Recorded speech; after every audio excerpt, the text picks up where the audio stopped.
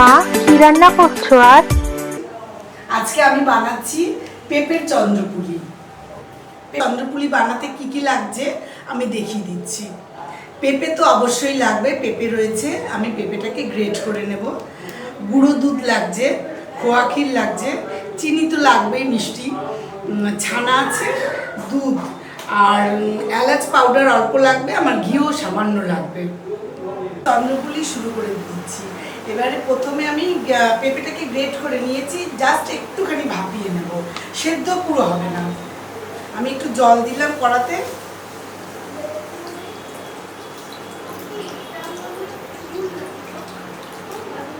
জলটা একটু গরম হলে গ্রেট করা পেঁপেটা দেবো, দিয়ে আমি তুলে ছেঁকে দেবো। জল গরম হয়ে গেছে, আমি এবারে গ্রেট করা পেঁপেটা দিয়ে দিলাম।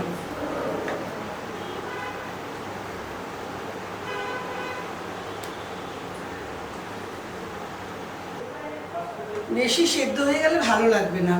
আমি এবারে জাস্ট ওই কাঁচা গন্ধটা বার করার জন্য আমি ইয়ে করলাম, একটুখানি গরম জলে ভাপিয়ে নিলাম। এবারে আমি নামিয়ে নিচ্ছি। আমি শুরু করে দিলাম পেঁপের চন্দ্রপুলি।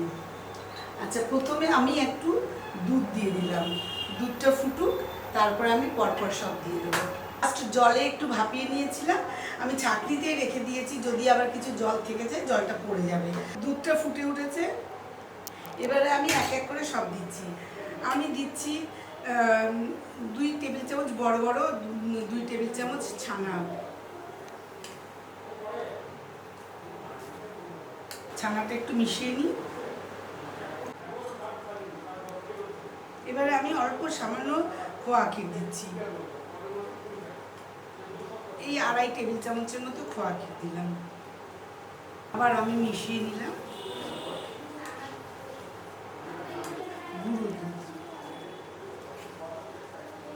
গুঁড়ো দুধটা আমি 3 টেবিল চামচের মতো দিচ্ছি,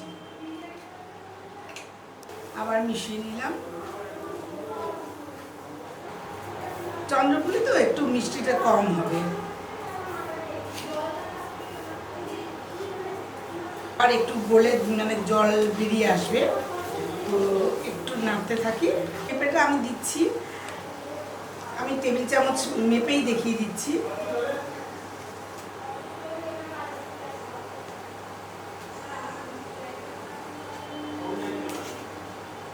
চার টেবিল চামচ আমি পেঁপে দিয়ে দিলাম। তার সাথে আমি দিয়ে দিচ্ছি একটু এলাচ গুঁড়ো। এলাচ গুঁড়োটা দিলে একটু গন্ধটা ভালো হবে, স্বাদটাও একটু সামান্য আমি একটু ঘি দিয়ে দিচ্ছি। এবারে এটাকে ভালো করে মিশিয়ে নিতে হবে। পেঁপেটা সেদ্ধ করেছি বলে একটু জল বেরিয়েছে, আবার চিনিতে দেওয়ার পরে একটু জল বেরিয়েছে, মানে সব কিছুতেই জল। তো একটু জলটা না টানলে তো আমি এটা মানে আমার ওই ছাপাতে বসাতে পারবো না। জলটা টানা অবধি আমি একটু ইয়ে করছি, নাড়াচাড়া দিয়ে নিচ্ছি। আমার একদম তৈরি হয়ে গেছে, এবার আমি নামিয়ে নিচ্ছি। আবার একটু ঠান্ডা হতে হবে, নাহলে তো আমি করতে পারবো না, হাত দিতে পারবো না। একটু 5 মিনিটের মতো ঠান্ডা করতে দেবো। ঠান্ডা করতে দিচ্ছি, ঠান্ডাও হয়ে গেছে। এবারে আমি এরকম একটা চন্দ্রপুলির ছাঁচ নিয়েছি, আমি একটু সামান্য ঘি মাখিয়ে নিয়েছি। এবারে আমি কিভাবে তৈরি করছি দেখিয়ে দিচ্ছি। কিছুটা মাখা নিলাম, তৈরি হয়ে গেছে যেটা। এবারে আমি ওটা ছাঁচের উপরে দিলাম।